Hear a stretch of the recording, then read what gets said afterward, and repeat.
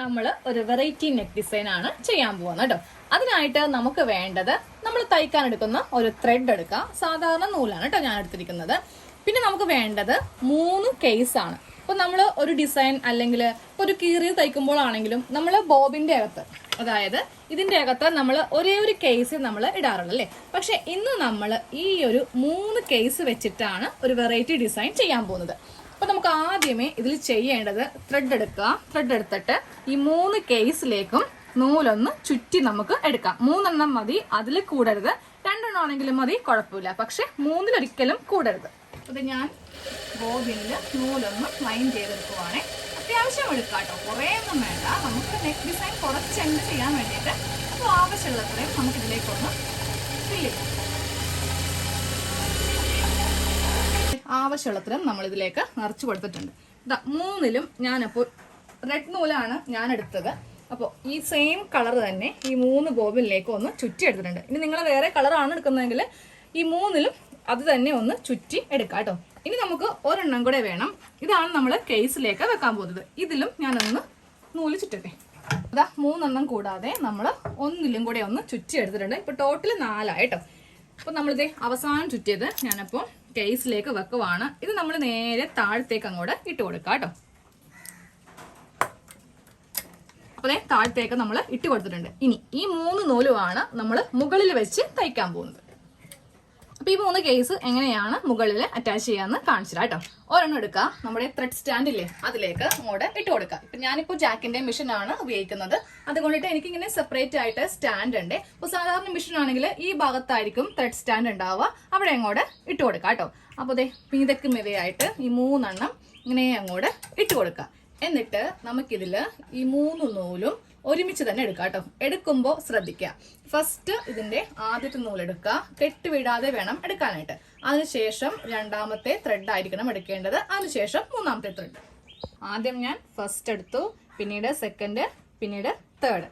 ഇങ്ങനെ 3 നൂലും ഒരുമിച്ച് കട്ടയൊന്നും കെട്ടാതെ ഒരുമിച്ച് ഇങ്ങനെ കൊണ്ടുവന്നിട്ട് വേണം നമുക്ക് ഓരോ ഇതിലും കോർത്ത് എടുക്കാൻ വേണ്ടിയിട്ട്.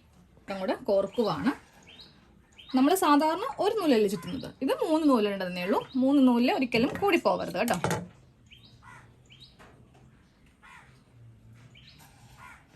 പിന്നെ നീഡിൽ കോർക്കുമ്പോൾ ജസ്റ്റ് ഒന്ന് കാണിച്ചു തരാം.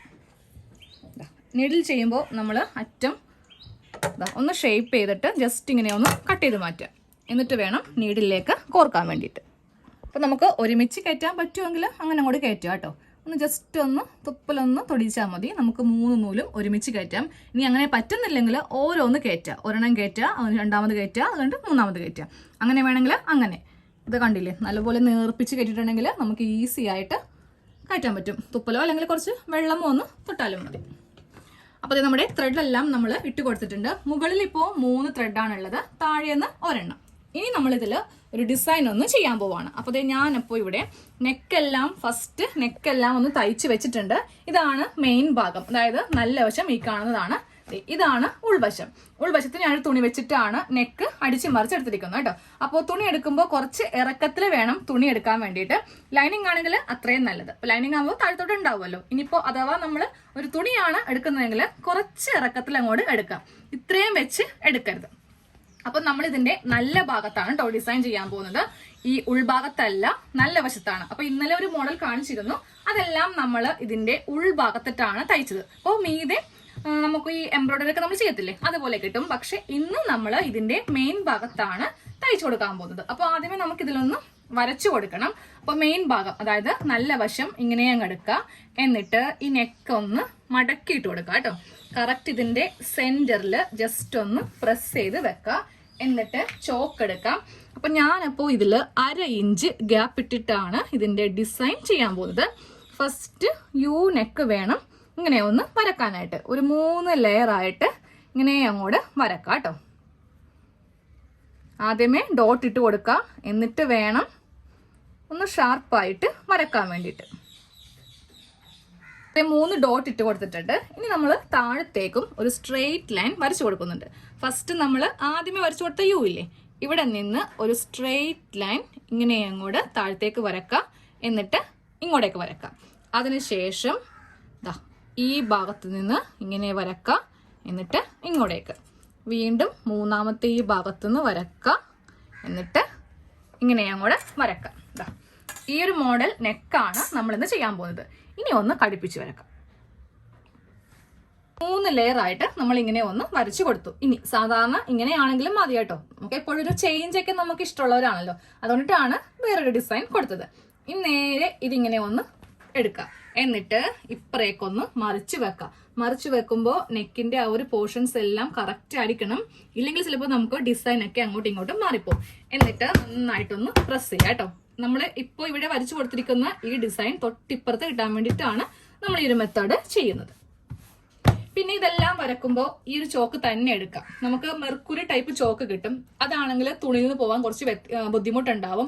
അതുപോലെ തന്നെ പെൻസിലൊന്നും പേനയൊന്നും ഉപയോഗിക്കരുത്. ഈ ഒരു ചോക്ക് തന്നെ ഉപയോഗിക്കുക കേട്ടോ. നമ്മൾ പെട്ടെന്ന് തന്നെ ഒരു ജസ്റ്റ് ഒരു വെള്ളം നനച്ച തുണി ഒന്ന് ഒപ്പിയെടുക്കുമ്പോൾ തന്നെ അതങ്ങോട്ട് പോയിക്കോളും. അപ്പോൾ അതാ കണ്ടില്ലേ, ഇങ്ങനെ നമുക്ക് അങ്ങോട്ട് കിട്ടിയിട്ടുണ്ട്. ഇതിന്റെ മീതെ വേണമെങ്കിൽ ഒന്നും കൂടെ ഒന്ന് വരച്ചു കൊടുക്കാം. നമ്മള് തൊട്ടിപ്പുറത്തും വരച്ചെടുത്തിട്ടുണ്ട്. ഇതെല്ലാം നമ്മൾ നല്ല ഭാഗത്താണ് ചെയ്യുന്നത്. അപ്പൊ നിങ്ങളിപ്പോ വിചാരിക്കും ഇതിപ്പോ ഫ്രണ്ട് ഭാഗം ആകെ കുളമായല്ലോ, ചോക്കിന്റെ ഒക്കെ പാട്. തയ്ച്ചെല്ലാം കഴിയുമ്പോൾ ഞാൻ കാണിച്ചിട്ടാ കേട്ടോ. നമ്മള് നേരെ നമ്മുടെ ചുരിദാറിലോ അല്ലെങ്കിൽ നൈറ്റിയിലൊക്കെ നിങ്ങൾ ചെയ്യത്തില്ലേ, ഡയറക്റ്റ് ആയിട്ട് നല്ല തുണിയിലേക്ക് അടിച്ചു നോക്കാതെ ഒരു വേസ്റ്റ് തുണി എടുക്കുക. അതിൽ വേണം ഫസ്റ്റ് ട്രയൽ ഒന്ന് നോക്കാൻ വേണ്ടിയിട്ട്. എന്താണെങ്കിലും കുറച്ച് കട്ട പിടിക്കും. ഇത് ഞാൻ കുറച്ചൊന്ന് തയ്ച്ചെടുത്തിട്ടുണ്ട്. കട്ട പിടിച്ചത് കാണിച്ചിട്ട് ഇതിന്റെ താഴെ ഭാഗത്ത് ഇങ്ങനെ അങ്ങോട്ട് കട്ട കെട്ടി നിൽക്കുന്നുണ്ടാവും. അപ്പൊ നോക്കിയേ, താഴെ ഭാഗത്ത് ഒരൊറ്റൊരു സ്റ്റിച്ചേ ഉണ്ടാവത്തുള്ളൂ. മെയിൻ ഭാഗത്ത് കണ്ടില്ലേ, ആ സ്റ്റിച്ചിന് നമ്മൾ 3 ലെയർ ഇട്ട് കൊടുത്തിട്ടുണ്ടല്ലോ.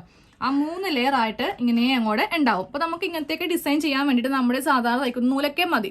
ഇതിനായിട്ട് സ്പെഷ്യൽ ആയിട്ട് ഇനി നൂലൊന്നും മേടിക്കേണ്ട ആവശ്യമില്ല. നമുക്ക് അങ്ങനെ ത്രെഡ്, എംബ്രോയിഡറി ത്രെഡ് വാങ്ങിക്കാൻ കിട്ടുമല്ലോ, അതിന്റെ ഒന്നും ആവശ്യമില്ല കേട്ടോ. അപ്പോൾ നമുക്കിനി ഇതിന്റെ മീതെ കൂടെ തയ്ച്ചു വരാം. ഫസ്റ്റ് ലെയർ ഞാൻ ഫുള്ളായിട്ട് കാണിച്ചു തരാം.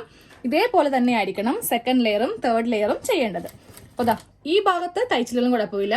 ഈ ഒരു ലെയർ എടുക്കാം. ഈ ലെയറിന്റെ മീതെ കൂടെ തയ്ച്ചിങ്ങനെ വരിക.